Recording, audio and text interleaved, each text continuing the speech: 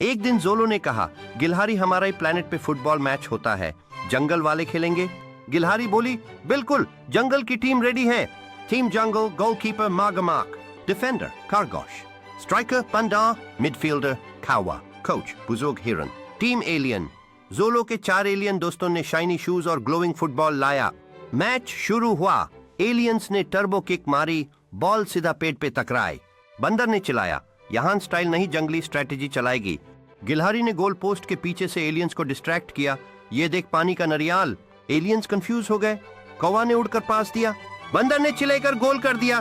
Final score जंगल 2 aliens 1। जोलो हंस के बोला, आप लोग जंगल में भी मेसी से कम नहीं हो। मॉरल, टीम वर्क और दोस्ती हो तो हर गेम जीता जा सकता है। ये कहानी हमें सिखाती है कि अगर हम मिलकर काम करें और एक दूसरे की मदद करें तो कुछ भी मुमकिन है। इस फुटबॉल मैच ने सबको ये दिखाया कि दोस्ती और टीम वर्क से हर मुश्किल को आसान बनाया जा सकता है। और इस तरह जंगल और एलियंस के बीच ये अनोखा मैच सिर्फ एक खेल नहीं बल्कि दोस्ती का पैगाम भी था।